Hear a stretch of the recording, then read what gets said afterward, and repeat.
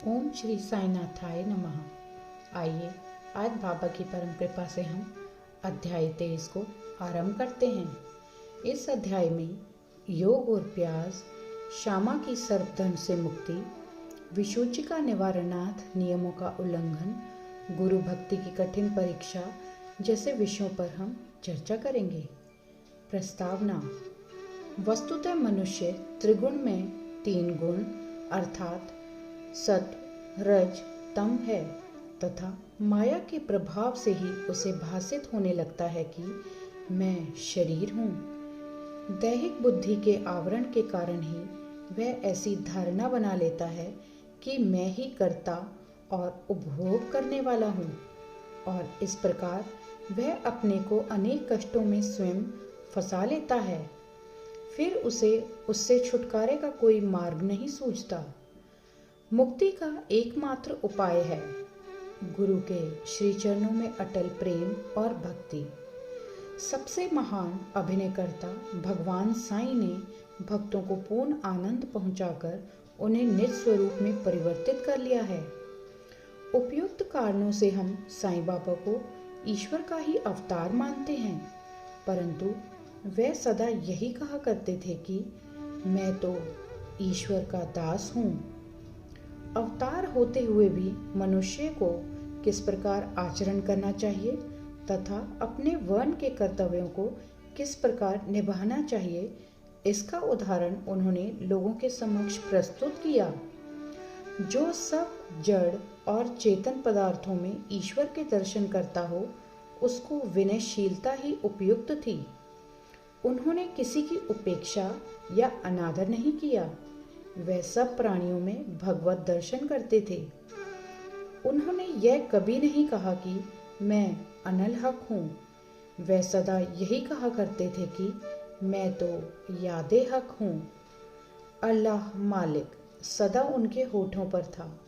हम अन्य संतों से परिचित नहीं हैं और ना हमें ज्ञात है कि वे किस प्रकार आचरण किया करते हैं अथवा उनकी दिनचर्या इत्यादि क्या है। ईश कृपा से केवल हमें इतना ही ज्ञात है कि वे अज्ञान और बद्ध जीवों के निमित्त स्वयं अवतीर्ण होते हैं। शुभ कर्मों के परिणाम स्वरूप ही हम में संतों की कथाएं और लीलाएं श्रवण करने की इच्छा उत्पन्न होती है, अन्यथा नहीं। अब हम मुख्य कथा पर आते हैं। आइए अब देखें योग और प्यास की कथा। एक समय कोई एक योगाभ्यासी नाना साहेब चांदोरकर के साथ शिरडी आया। उसने पतंजलि योग सूत्र तथा योग शास्त्र के अन्य ग्रंथों का विशेष अध्ययन किया था, परंतु वह व्यवहारिक अनुभव से वंचित था। मन एकाग्र न हो सकने के कारण वह थोड़े समय के लिए भी समाधि नहीं लगा सकता था। यद्यपि साईं बाबा की कृपा प्राप्त हो जाए तो उनसे अधिक समय तक समाधि अवस्था प्राप्त करने की विधि ज्ञान हो जाएगी।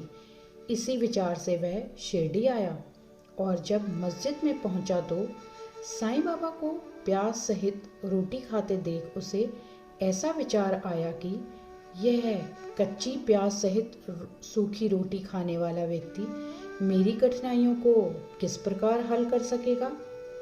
साईं बाबा अंतर्ज्ञान से उसका विचार जानकर तुरंत नाना साहब से बोले, ओ नाना, जिसमें प्याज हजम करने की शक्ति है उसको ही उसे खाना चाहिए, अन्य को नहीं।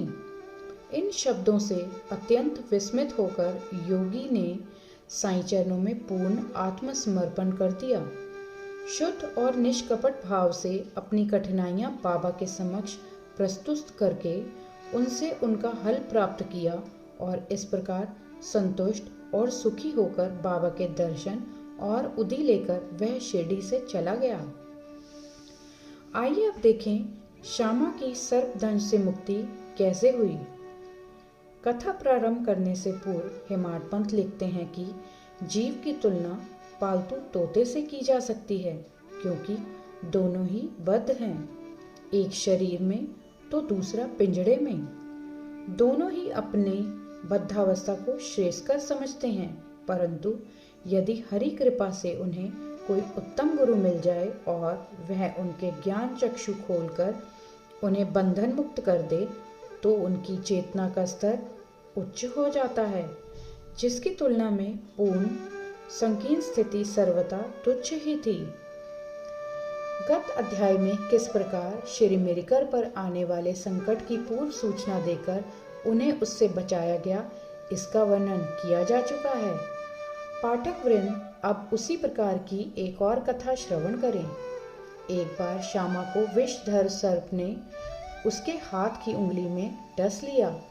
समस्त शरीर में विष का प्रसार हो जाने के कारण वे अत्यंत कष्ट का अनुभव करके क्रंदन करने लगे कि अब मेरा अंतकाल समीप आ गया है।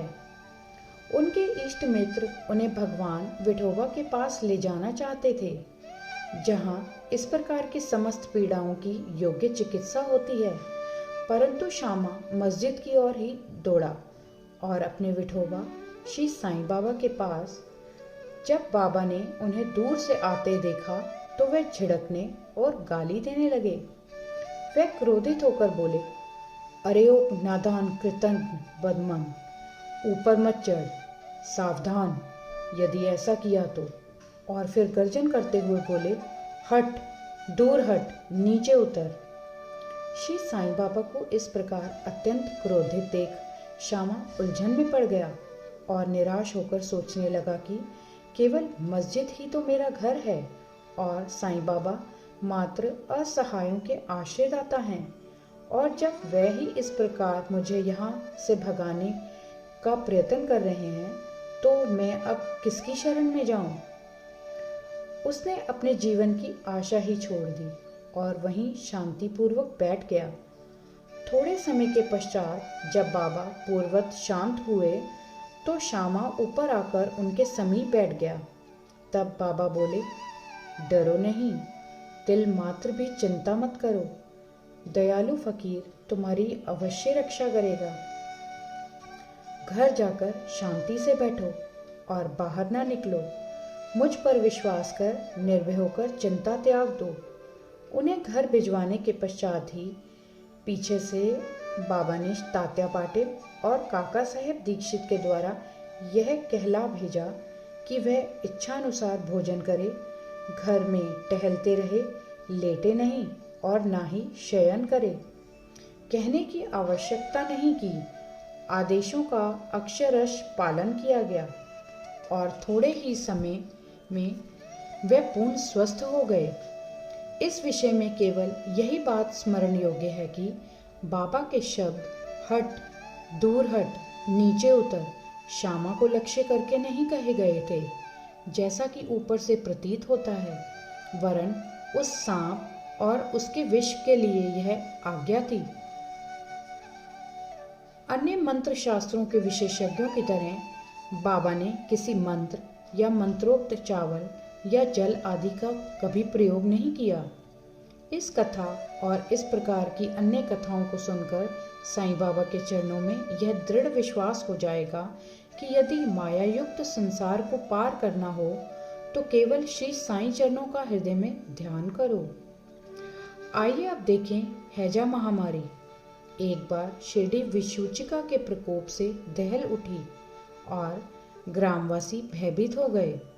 उनका पारस्परिक संपर्क अन्य गांव के लोगों से प्रायः समाप्त सा हो गया। तब गांव के पंचों ने एकत्रित होकर 2 आदेश प्रसारित किए। प्रथम, लकड़ी की एक भी गाड़ी गांव में न आनी दी जाए। द्वितीय, कोई भी बकरे की बलि न दे। इन आदेशों का उल्लंघन करने वाले को मुखिया और पंचों द्वारा दंड दिया जाएगा। बाबा तो जानते ही थे कि यह सब केवल अंधविश्वास ही है और इसी कारण उन्होंने पंचों के आदेशों की कोई चिंता न की। जब ये आदेश लागू थे तभी एक लकड़ी की गाड़ी गांव में आई। सबको ज्ञात था कि गांव में लकड़ी का अधिक अभाव है, फिर भी लोग उस गाड़ी वाले को भगाने लगे। यह समाचार कहीं से बाबा के पास पहुंच गया। तब वे स्वयं वहां आए और गाड़ी वाले से गाड़ी मस्जिद में ले चलने को कहा। बाबा के विरुद्ध कोई चूं चपाट तक भी ना कर सका। यथार्थ में उन्हें धूनी के लिए लकड़ियों की अत्यंत आवश्यकता थी और इसीलिए उन्होंने वह गाड़ी मोल ले ली। एक महान अग्निहोत्र की तरह उन्होंने जीवन भर धूनी को चैतन्य रखा। बाबा की धूनी दिन रात प्रज्वलित रहती और इसीलिए वे लकड़ियां एकत्रित करके रखते थे। बाबा का घर अर्थात मस्जिद सबके लिए सदैव खुली थी। उसमें किसी ताले चाबी की आवश्यकता न थी। गांव के गरीब आदमी अपने उपयोग के लिए उसमें से लकड़ियां निकाल भी ले जाया करते थे, परंतु बाबा ने इस पर कभी कोई आपत्ति न की। बाबा तो संपूर्ण विश्व को ईश्वर से ओतप्रोत देखते थे, इसलिए उनमें किसी के प्रति घृणा या शत्रुता की भावना न थी। पूर्ण विरक्त होते हुए भी उन्होंने एक साधारण गृहस्थ का सा उदाहरण लोगों के समक्ष प्रस्तुत किया। आइए अब देखें गुरु भक्ति की कठिन परीक्षा। आइए देखें दूसरे आदेश की भी बाबा ने क्या दशा की। वह आदेश लागू रहते समय पर कोई मस्जिद में एक बकरा लाया था। वह अत्यंत दुर्बल, बूढ़ा और मरने ही वाला था। उस समय मालेगांव के फकीर पीर मोहम्मद उर्फ बड़े बाबा भी उनके समीप ही खड़े थे। बाबा ने उन्हें बकरा काट कर बलि चढ़ाने को कहा। श्री साईं बाबा बड़े बाबा का आदर किया करते थे, इस कारण वे सदैव उनके दाहिनी ओर ही बैठा करते थे। सबसे पहले वह ही चिलम पीते और फिर बाबा को देते, बाद में अन्य भक्तों को। जब दोपहर को भोजन परोस दिया जाता तब बाबा बड़े बाबा को आदर पूर्वक बुलाकर अपने दाहिनी ओर बिठाते और तब सब भोजन करते। बाबा के पास जो दक्षिणा एकत्रित होती उसमें से वह 50 रुपये प्रतिदिन बड़े बाबा को दिया करते थे। जब वह लौटते तो बाबा भी उनके साथ 100 कदम तक जाया करते थे। उनका इतना आदर होते हुए भी जब बाबा ने उनसे बकरा काटने को कहा तो उन्होंने अस्वीकार कर स्पष्ट शब्दों में कह दिया कि बलि चढ़ाना व्यर्थ ही है। तब बाबा ने श्यामा से बकरे की बलि के लिए कहा।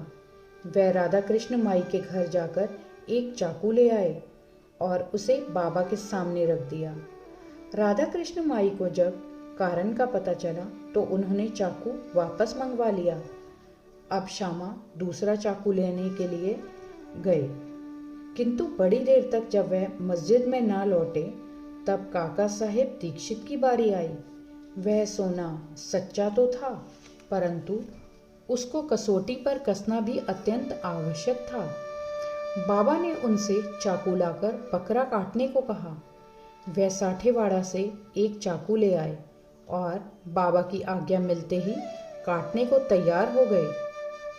उन्होंने पवित्र ब्राह्मण वंश में जन्म लिया था और अपने जीवन में वह बलि कृत्य जानते ही ना थे। यद्यपि हिंसा करना निंदनीय है, फिर भी वह बकरा काटने के लिए उद्यत हो गए। सब लोगों को आश्चर्य था कि बड़े बाबा एक यवन होते हुए भी बकरा काटने को सहमत नहीं हैं और यह सनातन ब्राह्मण बकरे की बलि देने की तैयारी कर रहा है। उन्होंने अपनी धोती ऊपर चढ़ा फेंटा कस लिया और चाकू लेकर हाथ ऊपर उठाकर बाबा की अंतिम आज्ञा की प्रतीक्षा करने लगे। बाबा बोले, ठहरो, तुम कितने दुष्ट हो।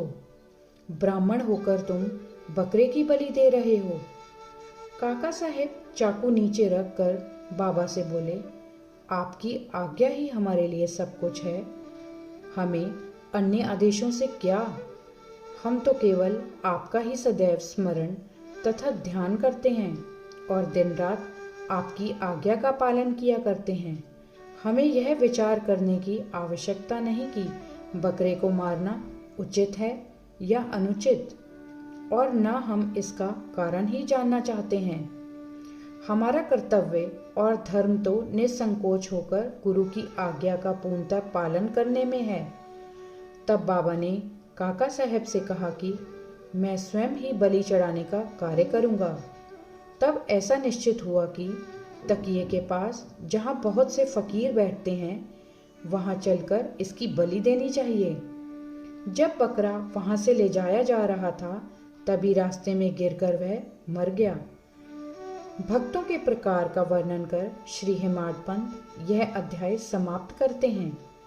भक्त 3 प्रकार के हैं। पहला उत्तम, दूसरा मध्यम और तीसरा साधारण। प्रथम श्रेणी के भक्त वह हैं जो अपने गुरु की इच्छा पहले से ही जानकर अपना कर्तव्य मानकर सेवा करते हैं। द्वितीय श्रेणी के भक्त वह हैं जो गुरु की आज्ञा मिलते ही उसका तुरंत पालन करते हैं। तृतीय श्रेणी के भक्त वह हैं जो गुरु की आज्ञा सदैव टालते हुए पग पग पर त्रुटि किया करते हैं।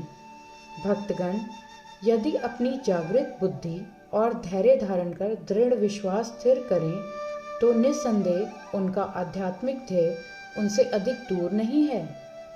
श्वासोच्छ्वास का नियंत्रण, हठ योग या अन्य कठिन साधनाओं की कोई आवश्यकता नहीं है। जब शिष्य में उपयुक्त गुणों का विकास हो जाता है और जब अग्रिम उपदेशों के लिए भूमिका तैयार हो जाती है तभी गुरु स्वयं प्रकट होकर उसे पूर्णता की ओर ले जाते हैं। अगले अध्याय में बाबा के मनोरंजक हास्य विनोद के संबंध में चर्चा करेंगे। श्री सद्गुरु साईनाथार्पणमस्तु। शुभम भवतु। अध्याय 23 संपूर्णम। ओम साई राम।